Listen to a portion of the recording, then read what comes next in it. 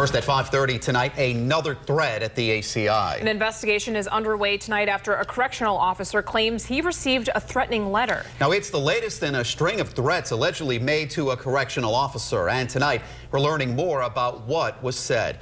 Eyewitness News reporter Steve Nielsen is live now in our newsroom with the new developments tonight. It's actually the second threat in just the last few days. And this latest one, an offenders report that I obtained says that officers tracked down the threat to just one inmate because of his handwriting.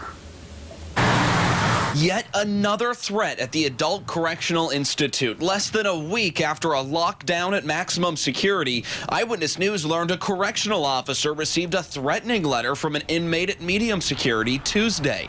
According to an offenders report I obtained, the letter was titled Best Friend. The officer said the letter was anonymous and read, "Thank you for being an expletive. You are going to pay back. I will see you crawling like an expletive snake and you will say I'm sorry. You know who I am. I love you too, expletive."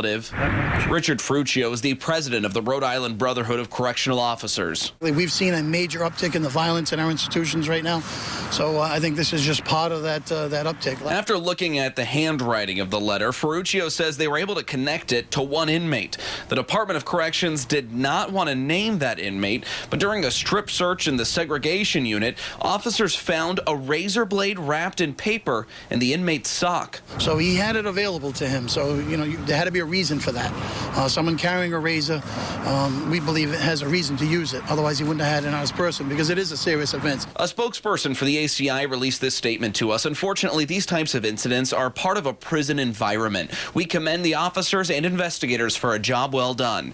Just last week, maximum security was on lockdown for more than 2 hours after Fruccio says they received a threat from a known gang. Fruccio says the ACI is investigating and that the suspected inmate will be disciplined. Live in the newsroom, I'm Steve Nielsen, Eyewitness News.